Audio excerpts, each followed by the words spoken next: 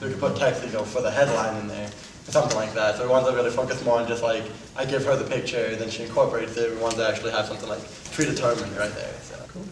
Okay, good. What else? You guys know more about zombies than I do. Yeah. We had a clock in our shoes. Step your game up. Are you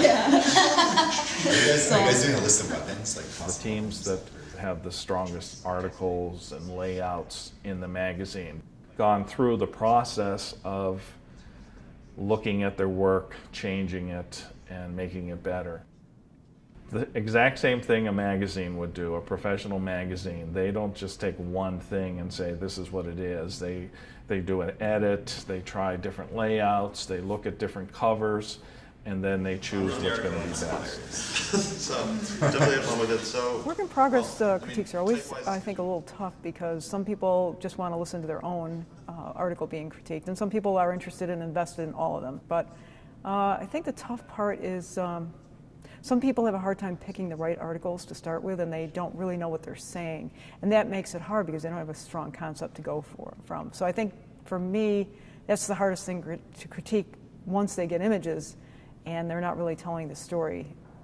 On every article for the magazine, they brainstorm the content of the article. They write, sometimes they collaborate on the writing, sometimes the photographer does the writing, sometimes the designer does the writing. So there are a lot of different layers to this magazine that's very unusual to photography or design courses. The staff is made up of about 14 people, and it really covers a wide range of people in the class, and they are elected by the students in the class. They help design the cover and create the interior look of the magazine.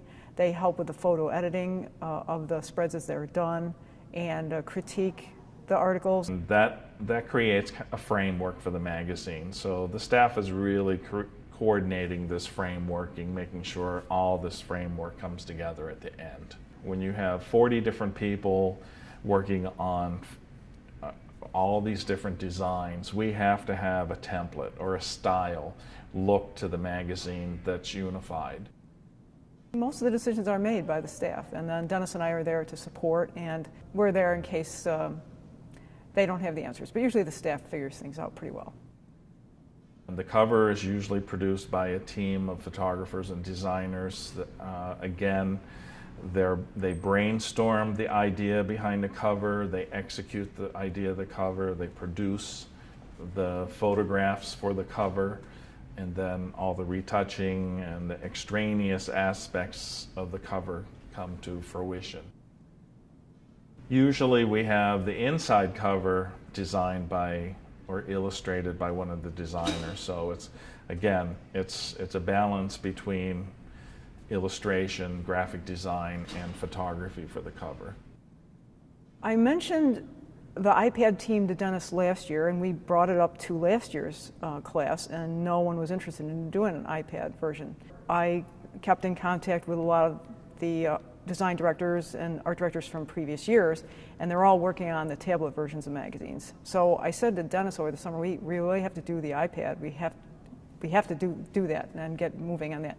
So he was, again, game and said, let's go for it. It's very exciting because this is something new that we've done for the magazine this year, and it will go beyond just here's the printed piece. We can refer to an online version of the magazine that is interactive if you have an iPad or an iPhone.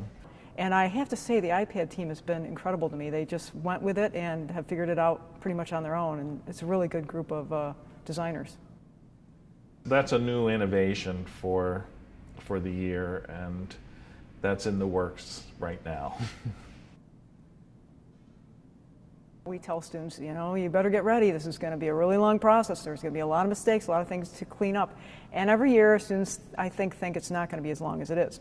And this year, I think it took as long as it ever does, even though I think, generally speaking, that we were better prepared.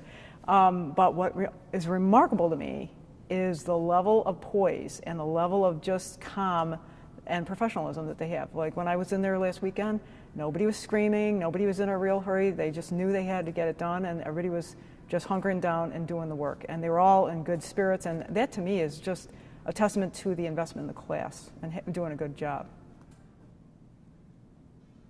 Generally speaking, designers or art directors are going to hire photographers based on their work, but it's a really good collaborative effort to have the students working together to see what the challenges are for the other discipline and the skill sets and the vocabulary, and just to learn about the day-to-day process of being a photographer or designer is just invaluable to students as they go out into the real world. There aren't a lot of courses anywhere that have that kind of commitment and that kind of collaboration. And we'll have 40 people in the class, so the critiques are kind of interesting when you have 40 people saying what they think. 20 designers, 20 photographers. And the great thing about it is the photographers learn the design language and the designers learn the photographer's language, and that adds to the whole learning process.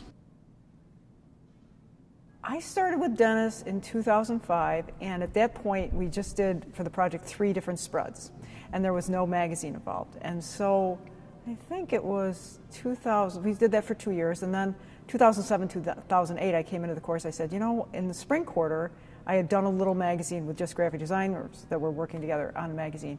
And we did that, and I said, why don't we try that?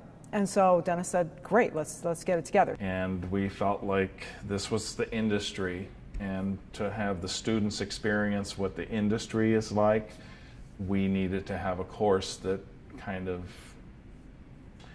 demonstrated that. You know, we've had a lot of luck with students coming out of the course and getting jobs in editorial work.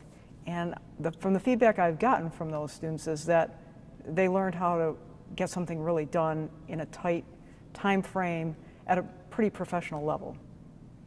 In 8 weeks, the students create text, concept, typography, and photography for those stories. At the end of 8 weeks, we edit all these stories, put it together in hopefully a cohesive manner, and we send it to the press. And it's printed, we proof everything, changes are made, and then it goes to the bindery. So at the end of 10 weeks, we have a 100-page bound magazine called Positive Negative. Totally conceived for the most part by the students in the class, and totally produced by the students in the class. Quite an undertaking and quite an accomplishment in my mind. The editorial photography course and the editorial design course were conceived to bring designers and photographers together.